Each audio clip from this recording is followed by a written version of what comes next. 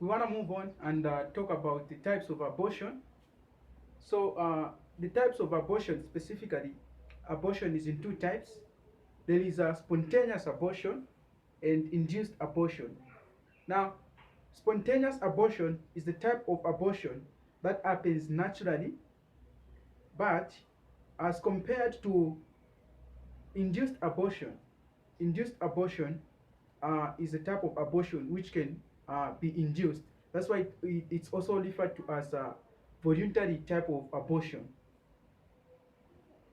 So abortion is gonna be spontaneous and induced. And the first one that we're going to talk about is spontaneous abortion, the one which happens naturally. It's not induced, of course.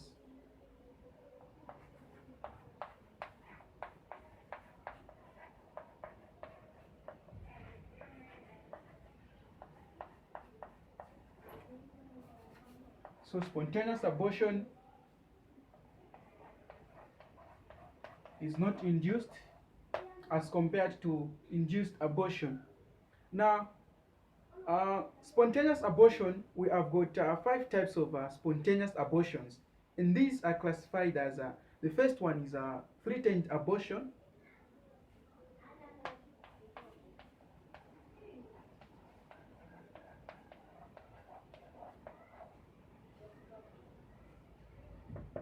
Now, threatened abortion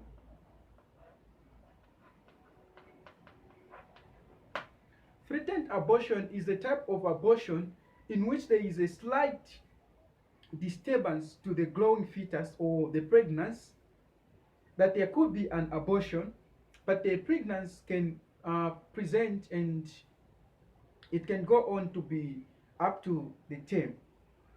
The fetus cannot be dead, and the products of conceptions are not going to be disturbed in any way. They are not going to be excluded, but they can be a slight disturbances in those things. And the most important thing is that threatened abortion is only threatened. There is just a threat to abortion, so it can't be that much complicated. It can be uh, preserved. Pregnancy can be preserved.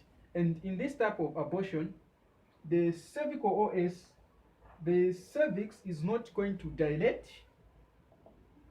So we imagine this is the woman, and down here, it's a cervix, and the fetus, of course, is inside the uterus. So what happens in threatened abortion is that there is only going to be a threat to this pregnancy, a slight threat, a slight disturbance in pregnancy, and the woman will start presenting in bleeding. So there's gonna be bleeding, but the cervical OS is going to remain closed. That's what threatened abortion is all about. And this type of abortion can go on up to 10. That's the most important thing about this abortion. There's only a threat. And the second one on my list is going to be missed abortion.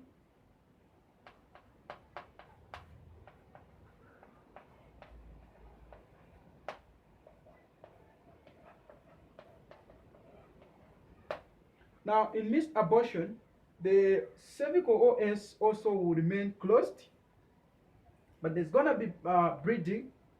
And the most sad thing is that in missed abortion, there is no fetal heart rate.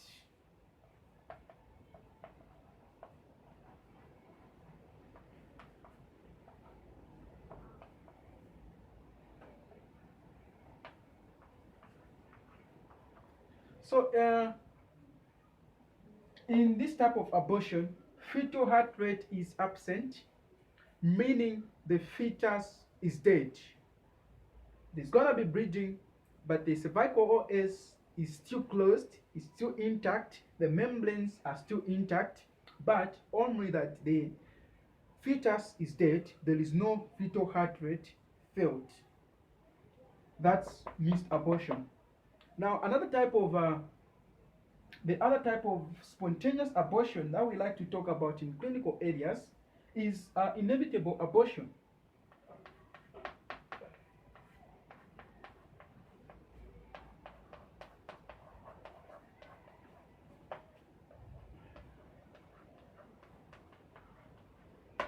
Now, in inevitable abortion, there's going to be the dilated cervix. So this is the cervix which is dilated.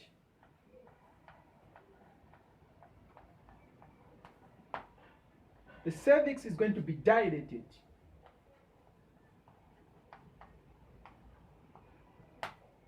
And despite the cervix being dilated, there is not going to be any evacuation of the products of conception. So the placenta will still remain intact in inevitable abortion. The fetus will also remain inside the placenta.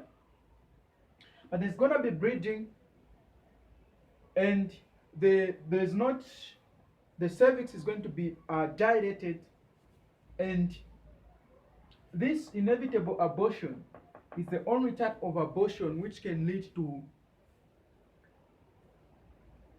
incomplete abortion.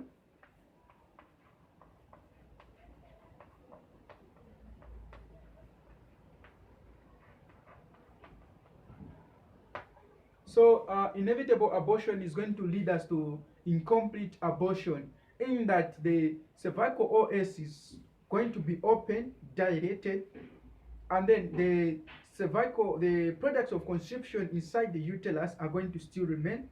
Even the baby, the fetus will still be there, but this can lead us to what we call incomplete abortion, because in incomplete abortion there's going to be the cervix dilated, and some products of conceptions are going to remain inside the uterus, and this is bad because this is going to cause pain. For example, if the fetus is out, so here is the fetal arch, the fetal head, the fetus is out.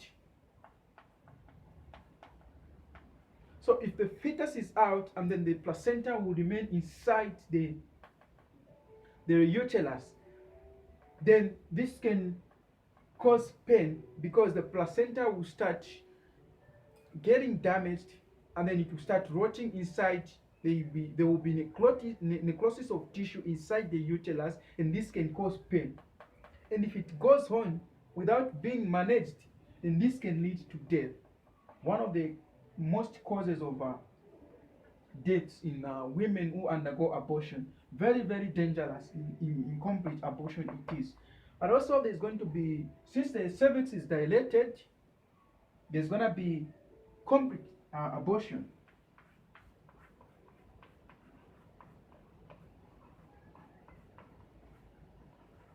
And in complete abortion, all the placenta, the fetus, the placental membranes, all of them, they are not going to be in the uterus. They will all be excreted.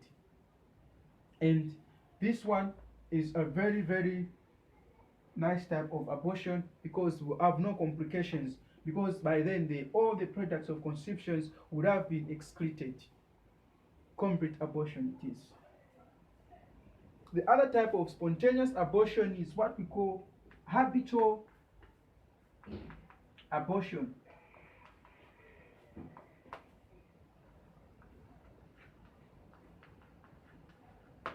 And in this type of abortion, this is the type of abortion in which the woman has at least 3 or more consecutive spontaneous abortions. So any of these abortions occurring at 1, 2 to 3 times or more, then it is going to be habitual abortion. So having talked about the types of spontaneous abortion, we now move on to induced abortion, one of the most dangerous abortions, also types of abortions that we talk about. And induced abortion, as we said earlier, it's going to be induced. So due to some reasons, maybe due to some congenital abnormalities, or maybe due to anything else, diseases such as diabetes mellitus, all such kind of things, if at all seen that these things can bring complications to both the mother or the fetus, then abortion is going to be induced. And this type of abortion can either be one therapeutic,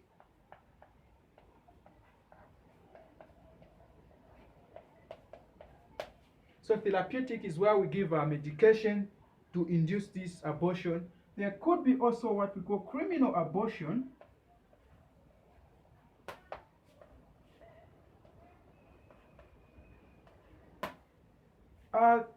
Compared to this, criminal abortion is illegal. And this type of abortion can either be incomplete or complete, because it can be done nicely or it cannot be done nicely. So it could be incomplete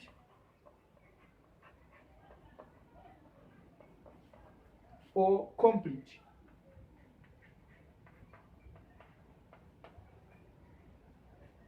So this one is not criminal, but this one is criminal. It is illegal.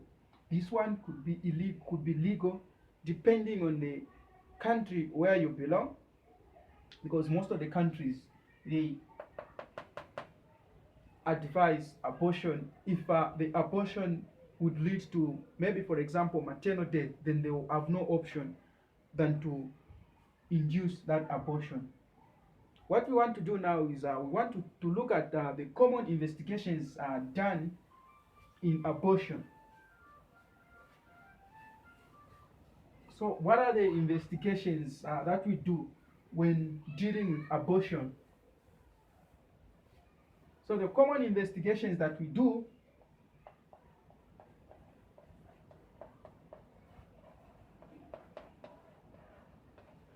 number one, we are going to do history taking. As always, history taking, very, very important in all the investigations that we'll be dealing with in our clinical practices, because we want to build a baseline data. We want to know how this problem came about. So under history taking in women who are undergoing abortion, what we are going to ask is that we are going to ask about their normal last monthly period, because of course we want to know the duration of that pregnancy and for how long has that pregnancy been. Also, we are going to ask the woman if they had any abdominal pain or lower abdominal clampings, because these signs indicate the pending of an abortion. We also ask the woman the type of bleeding that they've been facing, they have been experiencing. Is it whitish, is it darkish, or is it heavy? All sorts of things we are going to ask in history taking. And as well as that, we are going to ask the woman, we are going to do the blood test.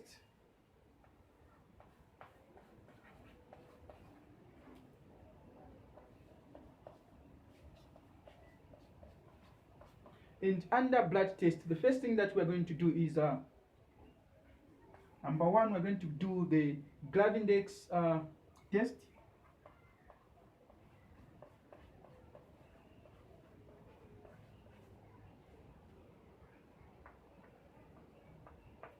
And Glavindex test is a type of test which is going to detect the presence of an hormone.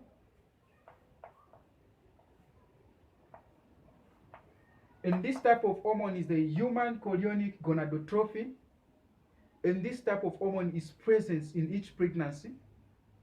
And it's going to be there in the maternal serum for around 8 to 10 days after fertilization.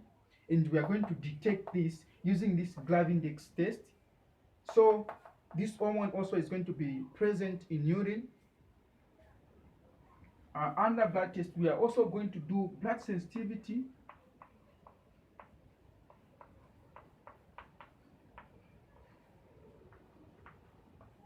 And sensitivity.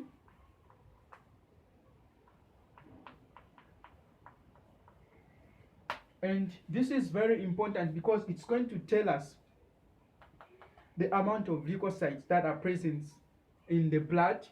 So for example, if the amount of leukocytes are very high in in the blood, then that simply means that we have an infection. So there's going to be an abortion caused by infection.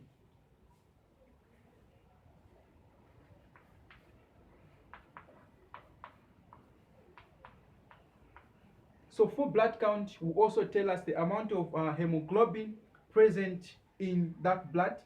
So if the amount of hemoglobin present are very low, then this will tell us that, okay, this woman has lost a lot of blood and the woman is at risk of hemorrhagic shock. And as well as that, the last thing that we are going to do, the confirmatory test that we do in all investigations is going to be ultrasound. The ultrasound scan will show the presence of the gestational sac.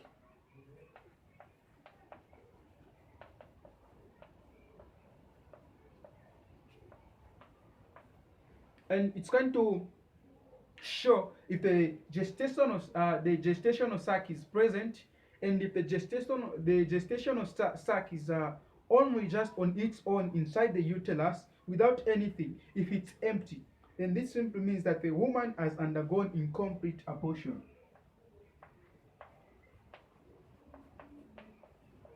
Because of course, in all the types of abortions, complete abortion means the elimination of all the products of conceptions.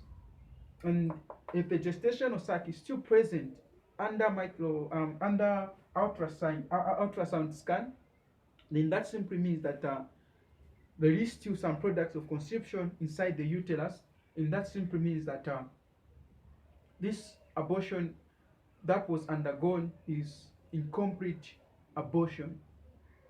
In the next, we want to talk about the management of all the types of abortions, and that will be the next topic that we are going to look at.